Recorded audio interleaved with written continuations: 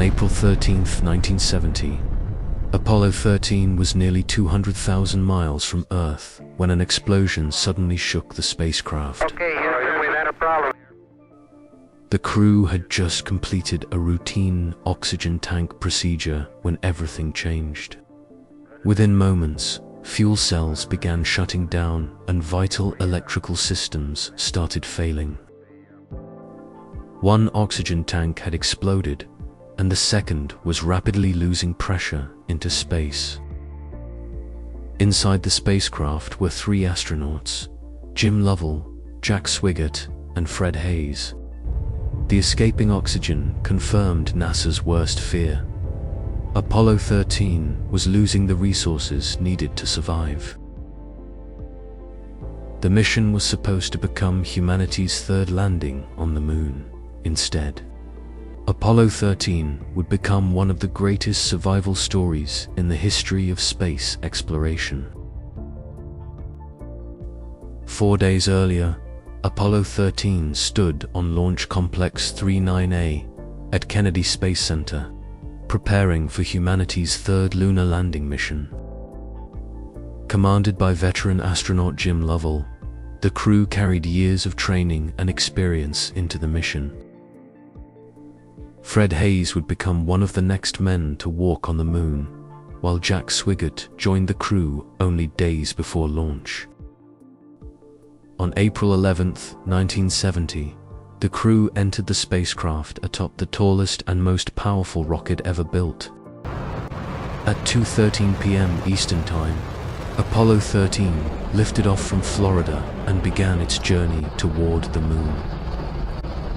Producing more than 7.5 million pounds of thrust, the launch vehicle remained the most powerful rocket ever successfully flown at the time. As the rocket climbed away from Kennedy Space Center, millions watched around the world while the crew began a journey that would take them nearly 250,000 miles from Earth. Apollo 13 followed a free return trajectory, a path designed to loop around the moon and return safely toward Earth. For the first 2 days, everything appeared normal. Apollo 13 seemed destined to become another successful moon mission. By the 3rd day of the mission, Apollo 13 was operating almost exactly as planned. The spacecraft remained healthy, and the crew continued routine tasks during the journey to the moon. That evening, the astronauts conducted a live television broadcast from space, giving viewers a tour of life aboard the spacecraft. After completing the broadcast, the crew began preparing the spacecraft for another quiet night in space. At Mission Control in Houston, engineers requested a standard maintenance procedure that had been performed many times before.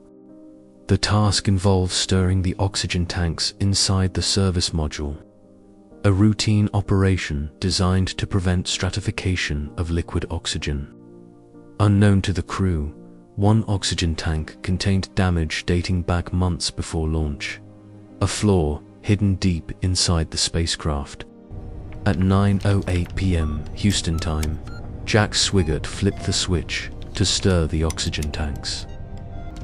Inside oxygen tank number 2, damaged wiring triggered a short circuit hidden from the crew. The tank exploded, tearing apart part of the service module and venting oxygen into space. Okay, Houston, we've had a problem here. Flight Director Gene Kranz and his team immediately began analyzing the data. What first appeared to be a minor electrical problem was quickly revealing itself as something far more serious. Then the astronauts saw something terrifying: oxygen visibly escaping into the vacuum of space. NASA soon realized Apollo 13 was losing the oxygen needed to generate power, water, and breathable air. The moon landing was over. The mission had become a race to bring 3 astronauts home alive. Apollo 13 carried the spacecraft, the command module, and the lunar module. One was designed for Earth re-entry, the other was designed to land on the moon. As electrical power disappeared from the command module, engineers made a critical decision. The lunar module would become a lifeboat. The lunar module, Aquarius, had been built to support 2 astronauts for about 2 days on the Moon. NASA now needed it to keep 3 astronauts alive for nearly 4 days in deep space. Engineers worked around the clock, calculating power consumption, oxygen reserves, and return trajectory. To conserve electricity, nearly every non-essential system was shut down. Cabin temperatures began falling rapidly. The spacecraft grew so cold that condensation formed on walls, instruments, and equipment throughout the cabin. Meanwhile, Apollo 13 continued moving toward the Moon, carrying its crew deeper into space despite the emergency. As the astronauts settled into the lunar module, a new problem began quietly building inside the spacecraft. Carbon dioxide levels were rising. If they continued increasing, the crew would slowly lose consciousness and eventually die.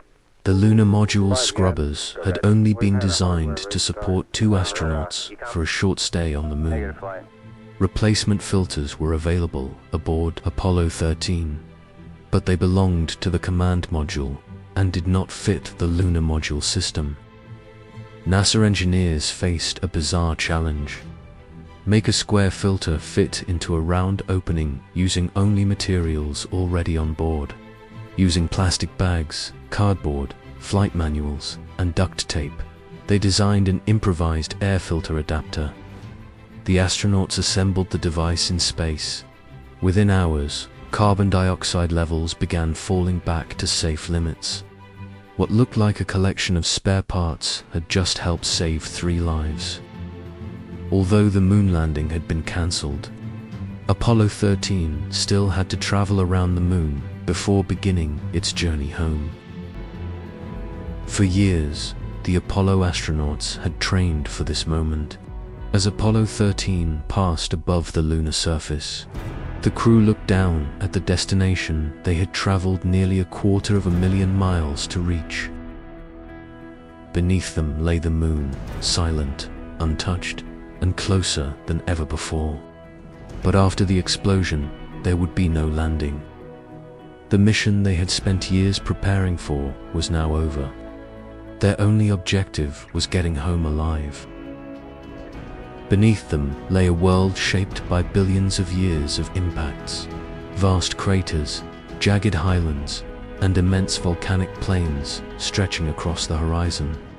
Somewhere below was Frey Morrow, the landing site selected for Apollo 13. It was here that Fred Hayes and Jim Lovell had hoped to become the next men to walk on the Moon. Instead, they could only watch as their destination slowly drifted beneath the spacecraft. Using the Moon's gravity, Apollo 13 swung around the far side and began accelerating back toward Earth. Thrust is go, +02 yaw. Roger.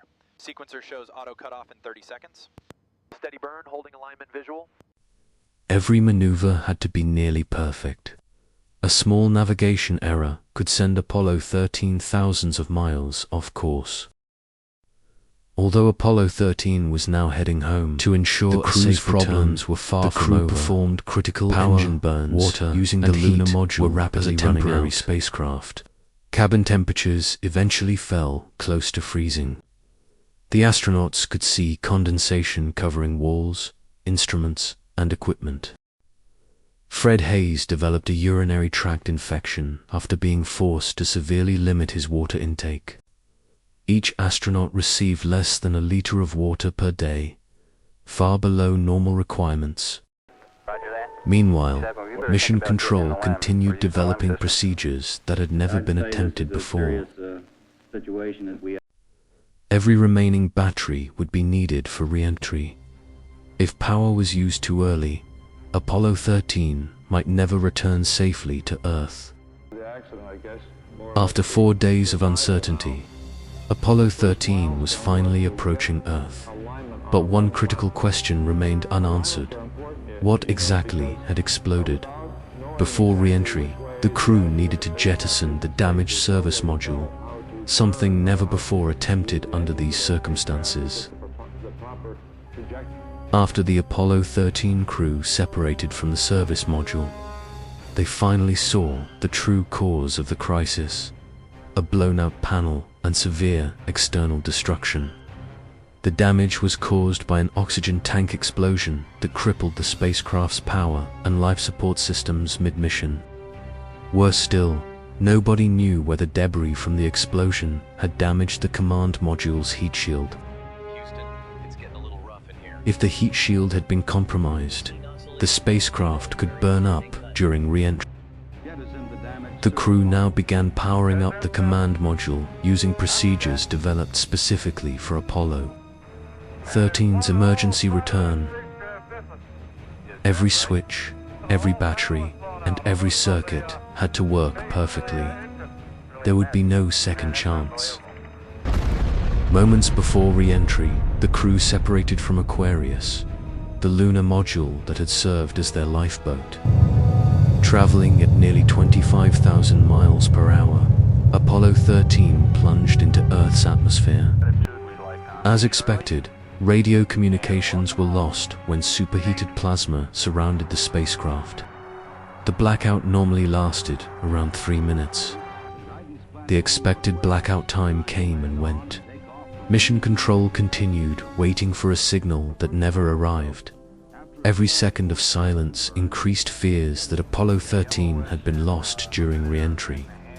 Moments of Apollo 13 as it comes in, as it begins its re-entry. The best thing we can do now is just to listen and hope. The last few seconds down to re-entry. At this point, there's very little anybody can do, including the astronauts, except wait as they come in through the uppermost fringes of the Earth's atmosphere. The computers put them on course. All anybody can do now is cross their fingers.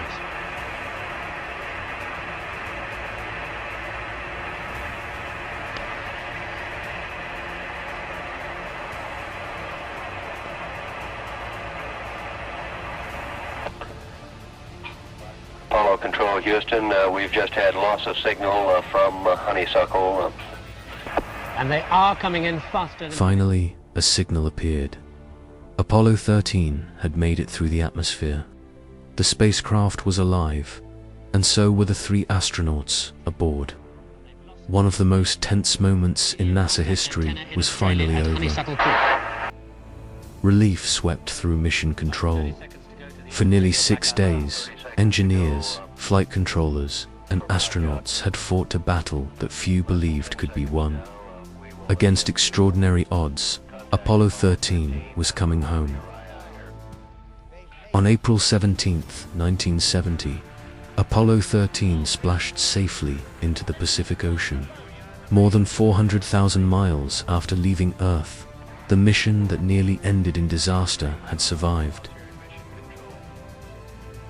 Recovery helicopters quickly reached the capsule as sailors aboard USS Iwo Jima prepared to receive the crew. Millions around the world watched as the astronauts emerged safely from the spacecraft. Jim Lovell, Fred Hayes, and Jack Swigert had never reached the moon. Yet Apollo 13 would become one of the most celebrated missions in NASA history. Not because it succeeded in its original objective, but because it demonstrated what human ingenuity, teamwork, and determination could achieve when failure was no longer an option. The crew returned home as heroes, yet each understood how close Apollo 13 had come to becoming a tragedy.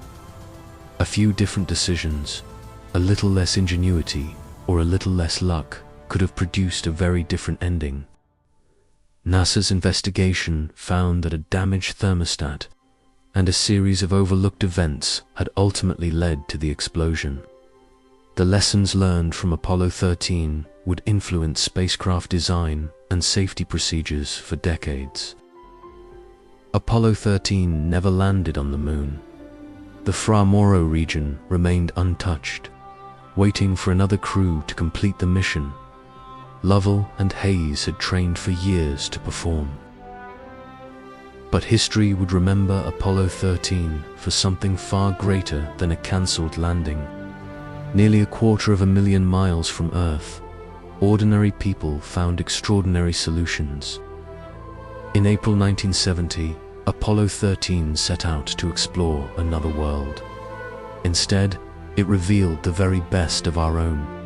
More than 50 years later, it remains one of humanity's greatest stories of survival, resilience, and the determination to find a way home.